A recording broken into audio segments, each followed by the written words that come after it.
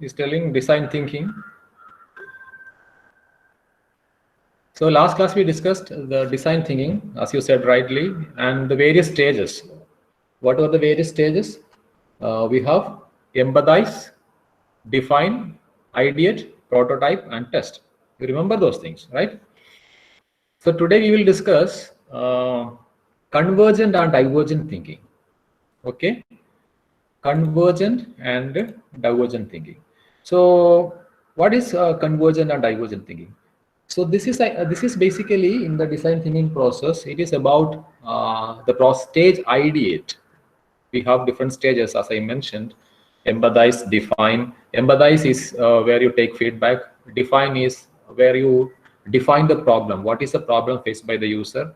Ideate, you think of various solutions. That is the stage where you have brainstorming and other sessions. So this divergent and convergent thinking is about generating ideas and selecting a particular idea for implementation and testing. So what is the meaning of the word diverge? Diverge means what? Diverging roads. Diverge means from one point leads to many directions, isn't it? A junction where one road leads to different path, isn't it? So in the divergence, so converge is merged into a single point. So in the ideation process, whenever user wants to solve a particular problem, or we want to solve a particular problem for the user, our team, the design team, which follows the design thinking, will generate as many ideas. So for example, a simple example, if you take, when we want to build a new house or new home, what we will do? We family members, father, mother, maybe son, daughter, they all have different ideas, different concepts regarding this room. Like house, how many rooms should be there, how big the room should be, one story or double story, or where the room should be located, what should be the size of dining room, what should be the design of kitchen, how the courtyard should be, many ideas, isn't it? So, but finally, how do we select a plan? How do we find it? Because in order to begin the construction, we need to finalize a design, isn't it? So divergent phase where you have multiple ideas. So we may think of different, we may go to an architect and we may have different designs, isn't it? According to our requirement, he may show you different designs with n number of rooms and all the with size and varying and all the facilities, comforts in the house. But finally, all these things will converge into one plan, and that we will go ahead with, isn't it? So that is convergent thinking. So divergent is in the initial phases of design thinking. In the initial phase of design thinking, we will have as many ideas as possible. Say, for example, we want to have a software. We want to develop a software. What are the features to be there? Or we want to develop a mobile application. How do we develop the mobile application? What are the options available? Of course, we will take the user requirements. Based on that, whether it should be native mobile application, whether it should be hybrid mobile application, whether it should be Android application, whether it should be iOS application or hybrid application, isn't it? If it's Android, what is the platform available? It's Java or Kotlin. We have options. Which one we will select? Or if it is iOS, we have different languages like Objective-C. We have Swift language. So which one we will choose? If it is hybrid platform, hybrid mobile application, what is the framework? React Native, Xamarin, or Ionic framework, isn't it? Likewise, so this is divergent. This is divergent thinking. So what divergent thinking is? Analyzing or evaluating, considering all the options to solve a particular problem. That is divergent thinking. Then finally, we will select a particular design for a website, for a mobile application, isn't it? For a web application. That is convergent. So all the ideas that we have initially in the divergent phase will converge into a particular idea, and that we will implement, and that we will hope to satisfy the users or customers. So that is about divergent and convergent thinking. Is that clear? The initial discussion, is that clear? Divergent and convergent thinking. Give the feedback.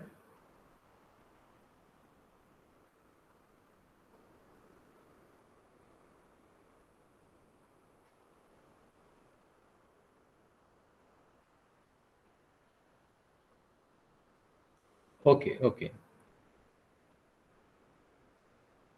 Okay, so we will continue with the discussion. That is an introduction. That is the initial idea of this divergent and convergent thinking. So these are the details. Divergent and convergent thinking. They are two complementary methods to explore ideas, work towards goals, and address challenges. In the design world, where we are constantly employing design thinking in our work, both approaches are necessary, isn't it? It's not that one is better than the other. We can stick on to one or over the other. Both approaches are necessary. That you have to keep in mind and lead to unique solutions for challenges that require exploration and creativity.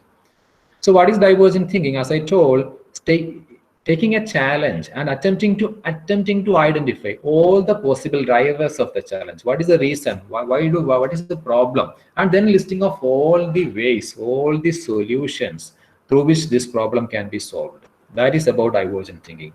So it happens in open, free-flowing, spontaneous environment where multiple creative ideas can be shared and considered, where we should be open to ideas or feedback from all the members in the team, isn't it? It's not that we are going ahead with the idea of a single person.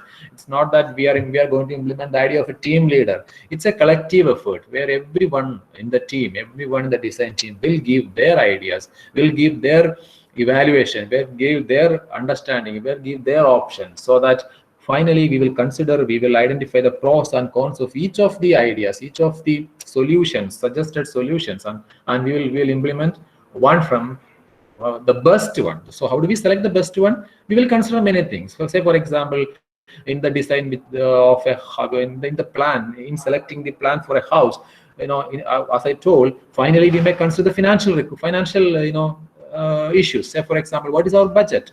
How much we can spend for this particular house, or our space availability. We may have this much space. Within the space, what is the design of a house which can be supported, isn't it? Something like that. So that is divergent thinking. So when setting up a divergent thinking exercise, participants need to know that all ideas are valid. All ideas are valid, and everyone should contribute equally. So brainstorming or free writing is important there. So brainstorming is, we discussed the design members, who are going to work on this particular solution will brainstorm. They will discuss. they will conduct a meeting. And free writing in the sense, nobody is suppressed. Everybody is given equal importance. So whatever a design member think in his mind can freely he can suggest. He can write, he can inform others, so that that is given due importance and due consideration for the final design.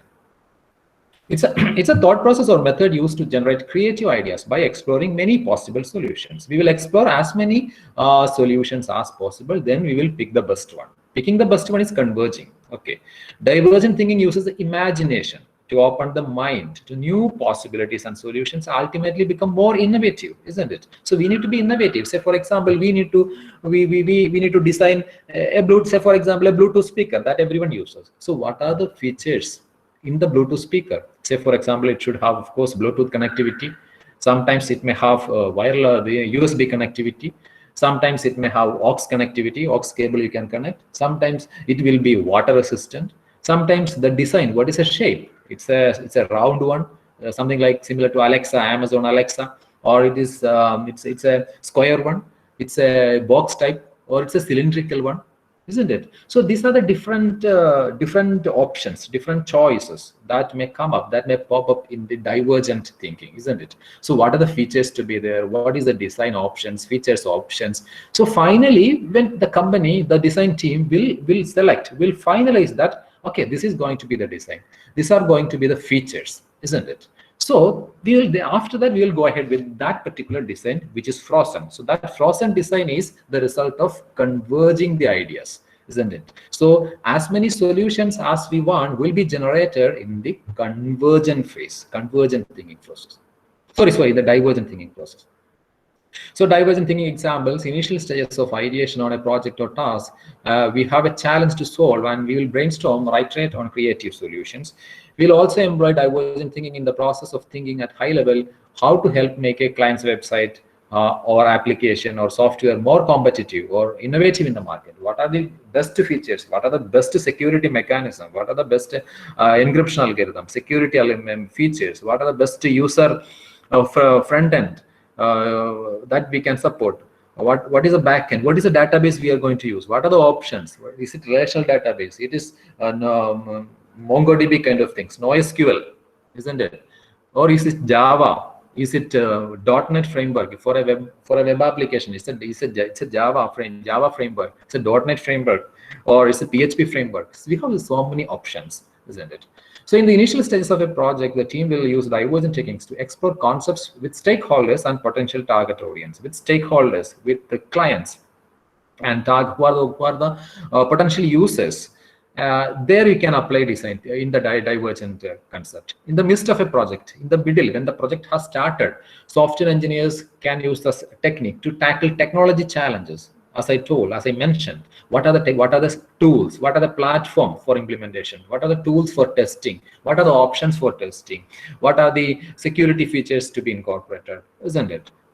So when the projects wrap up, when we complete the project also, you can conduct open-ended exploratory sessions on what worked, what could be improved, and what worked so well that we need to operationalize it for future projects. So something like an analysis, isn't it? Divergence. So analysis, when we have an analysis, different people, different members in the team will have their own ideas, their own opinion. Like then what this was good, or if we had incorporated this feature, it would have been better. If we had designed the user interface that way, it would have been better. Or if we had developed instead of iOS, instead of native application, it would have been better if we had gone for hybrid application, which would work on multiple platforms. Something like Uber is an example for hybrid application, which will work on mobile as well as on a web application. So these are the phases, these are the areas, these are the stages where you can have design thinking approach in the development of a software, or in the development of a mobile application, or in the development of a website, or any design. As I told the example of Bluetooth speaker, or house, or car design, anything. Design is common to any branch, irrespective of any discipline. Design comes everywhere. Design comes everywhere. Even while arranging your room also, you will have different ideas, where to place the chair, where to place the table, where to keep the flower vase, isn't it? So divergent, different plans. Then finally we will fix, okay, we will keep the table there in that part of the room. We'll keep the chair here, table there, flower vase there, computer there, laptop there, sofa there, TV there, fridge there, isn't it? So that is converging. So divergent, many plans. Convergent, final one. Finalizing the one. So what is convergent? Convergent thinking, on the other hand, is known as the practice of selecting the optimal solution from a finite set of ideas collected from different sources in order to solve a discrete challenge. Convergent thinking is best practice at times. When you need an answer and you believe you have access to the data and information, you need to guide a decision or solution. So you need to take a decision, like you need to finalize the plan for a house, isn't it? So how can you finalize? When you believe that you have access to the data, enough information, like what is our financial limit, what is the space requirement, what are the best features that we can incorporate in our house, in our design. If you don't have enough knowledge, we'll consult with experts. We'll consult with people who are in knowledge of the matter. So we will talk to them and we will understand the matter, and then we will finalize. That is why this is best suited when you believe that you have access to the data and information. You need to guide a decision. Convergent thinking typically calls for speed, accuracy, and knowledge on a subject. So it requires access to experts and relevant data, as I told. So the team will analyze and bring that information together into an educated decision. Educated decision is, we will finalize on the design of a mobile application. So that's an educated decision. It's not a random decision, because we considered all the matters. We consider the user requirements. We consider the security aspects. We consider the design aspects.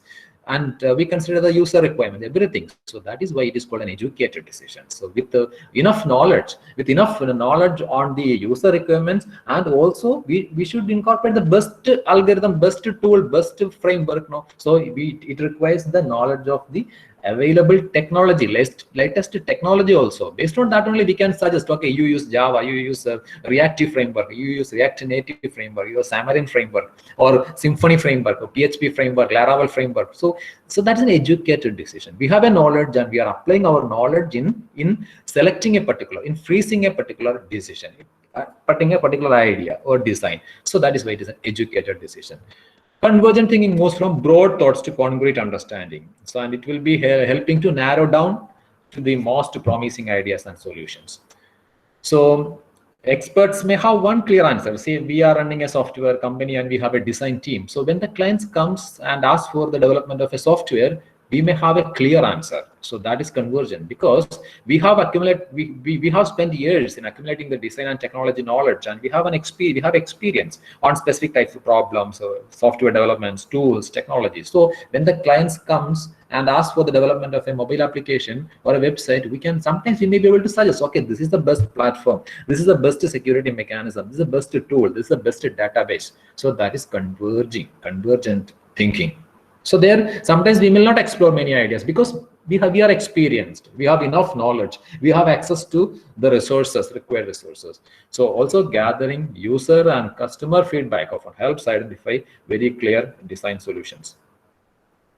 Convergent design exercises often occur after we have collected evidence, as I told, on the subject at hand. So user requirement, we should have clear idea, and also technology availability. What is technically feasible? What is technically viable, possible?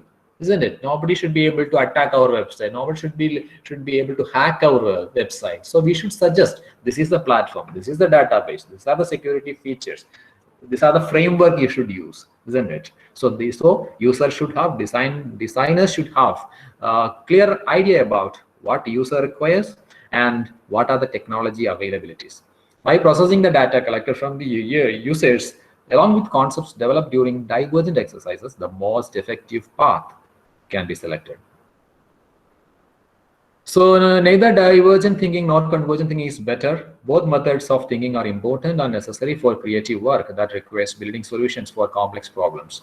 The challenge in the context of design thinking comes in framing the problems correctly. So something like diagnosing the disease. A doctor who is diagnosing the disease correctly will be able to prescribe the right medicines. So similarly, we should understand the design problem. What is the design problem? So we should spend enough time before we finalize the design. So that is what empathize, define. Define stage, we will finalize the problem statement. We will identify and we will formulate the problem statement. Then we will go ahead with the ideate stage. In the ideate stage, you can have convergent and divergent thinking. So this convergent and divergent thinking, which is of today's discussion, actually coming under that stage, the ideate. So this is a diagram. So divergent thinking and convergent. Divergent, you have a question and you have as many ideas as possible. We will generate as many ideas, so many viable ideas. And that is also called creative, horizontal thinking.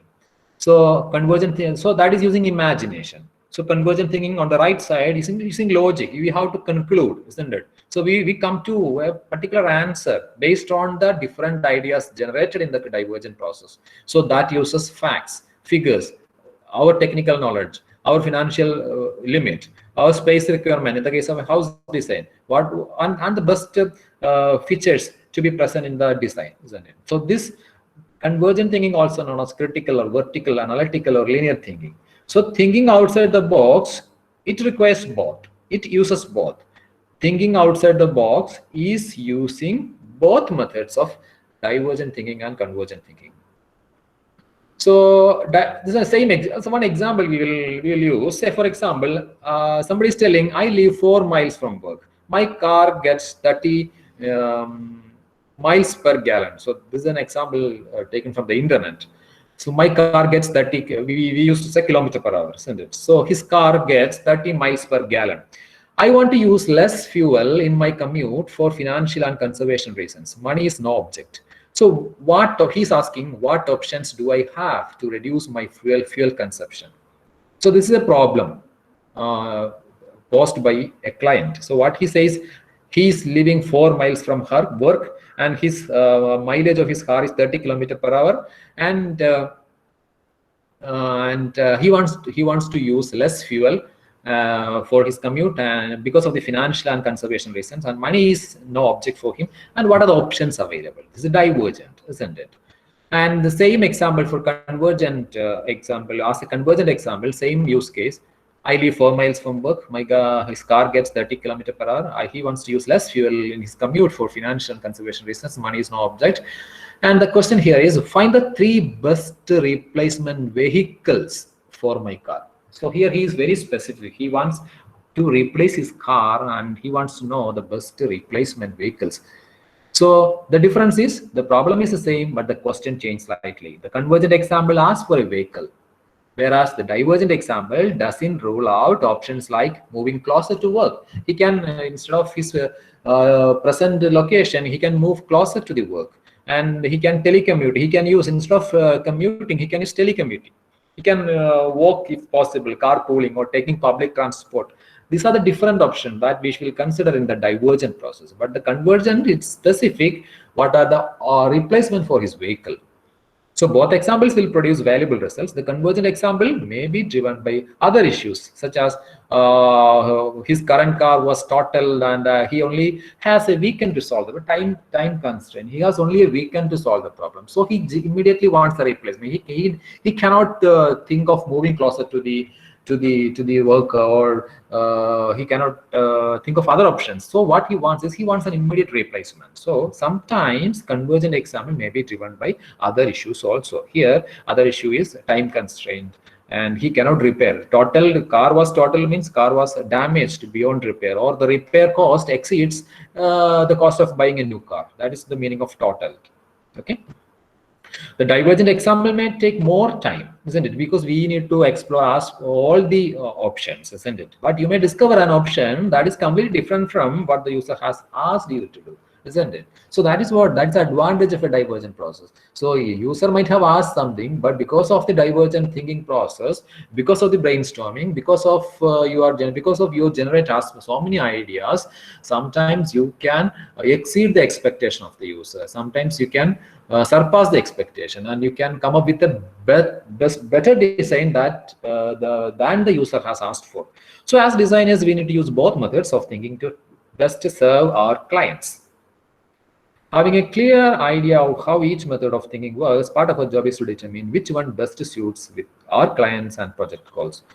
So where we can use, as I said, collaborative think sessions with clients focused on design thinking, ideation, brainstorming, technology discovery work to identify internal experts and gather knowledge on platforms and processes. So technology analysis, what are the technological options? What are the tools, platforms available for the development of a software, or mobile application, or hardware development, isn't it? Or the development of any other object. And it involves a process for reviewing, synthesizing, and ideating around research finding. Retrospectives focused on continuous improvement. So when we are focused on continuous improvement, that also involves convergent and divergent. We analyze, we retrospect, we introspect into what has happened, how good the project was, how successful the project that we recently undertake was, and what was good, what went wrong, what went good. What the users or the clients were happy with, and what features the clients were unhappy with. So ideation challenges for teams. There are also ideation challenges for teams to keep the creative work fun and innovative. So design thinking process is ultimately a divergent and convergent thinking process. That is something like summing up. Design thinking process is ultimately divergent and convergent. To find the right problem, sometimes you need to understand the problem. Then only you can think of a solution in the design thinking. So design thinkers conduct a series of studies to understand people and their problems, and then translate all kinds of findings into one or few problem statements. That means before finalizing the problem statement in the defined stage of the thinking process, after empathize, you have defined stage. There you formulate the problem statement. There also, to find the right problem statement, you have a divergent thinking and translate all kinds of findings into the correct problem statement. To find the best solution, a cross-disciplinary group of design thinkers. Cross-disciplinary means people from the design team includes people from different domains, maybe from computer science, maybe from electronics, mechanical, or some other branch, biotechnology or whatever, or artificial intelligence, even though that's a subset of computer science. So design thinkers first brainstorm a variety of potential solutions. Through the exercise of evaluation, comparison, and consolidation, all things are required, isn't it? Evaluation of all the ideas generated in the divergent thinking process. We need to properly evaluate. We need to compare one idea, one proposal given by one team member with the other team member. What is the advantage? What is the disadvantage? What are the pros, cons? What are the strengths, weaknesses? And consolidation. We need to consolidate. We need to zero in on a particular design. We need to finalize. We need to conclude that okay, this is the design of a Bluetooth speaker that we are going ahead, isn't it? So a limited number of solutions are selected for prototyping and testing. So in the divergent process, we'll have many ideas, but after thorough evaluation, after thorough comparison, after concrete consolidation, so a limited number of solutions are selected for. Sometimes a single solution is selected. If you still want to test and if you still want to see how the practically viable solution, how do they perform, you take say a couple of designs and they are selected for prototyping, and then we will do the real testing. So when we do the real testing of 2 to 3 designs, we will see that okay, out of these 3 designs, this is the one which performs best, or this is the one which is performing not so good, isn't it? So whatever we experience in the testing phase, based on the feedback, we can conclude that this is the final design. So that requires the problem, that requires the solution, that requires the design method. So the final solution sometimes merges the merits of several alternatives. That is also possible. So in the design thinking, a number of possible ideas are created. So that is divergent thinking, before refining and narrowing down to the best idea, convergent thinking. So that is the design thinking process. A number of possible ideas are created. That is called the divergent thinking phase. And out of this, so many ideas generated in the divergent thinking process, we are refining and narrowing down to the best idea after thorough evaluation, after proper study, proper comparison, proper analysis, and that is called convergent thinking. And that idea we will try to proceed with and implement and implement and have the final product, and we will try to launch that product in the market. So that is all about design thinking, convergent and divergent thinking. So I hope this is clear.